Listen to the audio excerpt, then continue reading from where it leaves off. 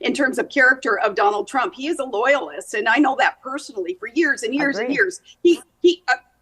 I don't have anything to offer him, and yet he has been so loyal to me and so caring about my kids, about my family, about what's going on in Alaska, and I so appreciate it. What's up, everybody? Major Retired Richard Ojeda here, and Sarah Palin can still see stupid from her house, and it shows. Former vice presidential candidate Sarah Palin looked like a moose in the headlights as she joined Kimberly Guilfoyle on the set of what looked like a B-rated horror movie. I've witnessed firsthand, since way before he got so heavily into politics, that sense of loyalty. And loyalty, man, that's one of the rarest virtues in our country, in our world today. I so respect that. Guilfoyle looked like she had just slid out of a bottle of Xanax during the ill-fated interview with the bumbling Palin on her self-named garbage podcast, The Kimberly Guilfoyle Show. It should have been named The Nasty Gargoyle Show instead.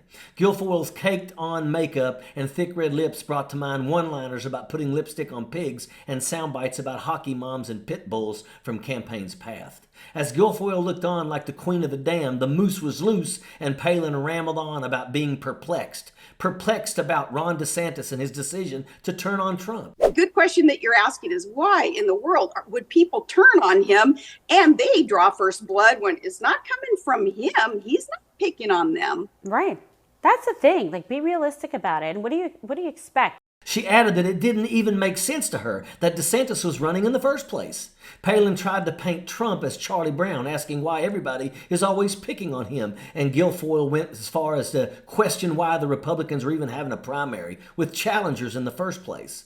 I mean, no offense, it's actually sort of insane that we have this whole primary because let's be honest, he was the president of the United States. If he was still in office, there would be no one running against him or primarying him. So now we're going to spend all this money and time, beat each other up when we should be focused on the end game, on the general election.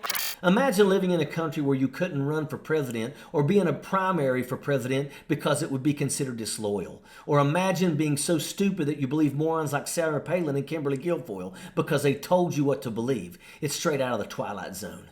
Palin babbled on about loyalty and how Donald Trump always asked if her kids are okay and were staying out of jail. Guilfoyle looked like she couldn't wait to slide back into the trash can that she'd been sleeping in. Ron Filipkowski poked fun of the two numbskulls on Twitter, and it drew non-stop comments. They ranged from, did Guilfoyle use all of her makeup at once, or does she have an interview with Barnum and Bailey after the show? One person said Guilfoyle looked like he was auditioning to play the Joker in the next Batman movie. The truth is that Donald Trump isn't loyal to anyone, far from it. He's a con man and a thief, and he will turn on clowns like Sarah Palin and his own son's fiancée at the drop of a hat. Think about it. Kayleigh Milquetoast McEnany gave out the wrong poll numbers on Fox, and the orange skid mark went ballistic on her for it. These two clowns aren't any higher on the food chain. Donald will chew them up and spit them out before breakfast. Sarah Palin is an absolute numbskull, and Kimberly Wax Lips Guilfoyle looks like a grouper fish in a wig. Watching the minute and 2-second clip was painful. The two morons didn't have an original thought between them, and their broadcast was as flat as Guilfoyle's face. Sarah Palin is an absolute embarrassment, and the episode was a complete waste of time, and that is an absolute fact. Sappers clear the way, airborne all the way.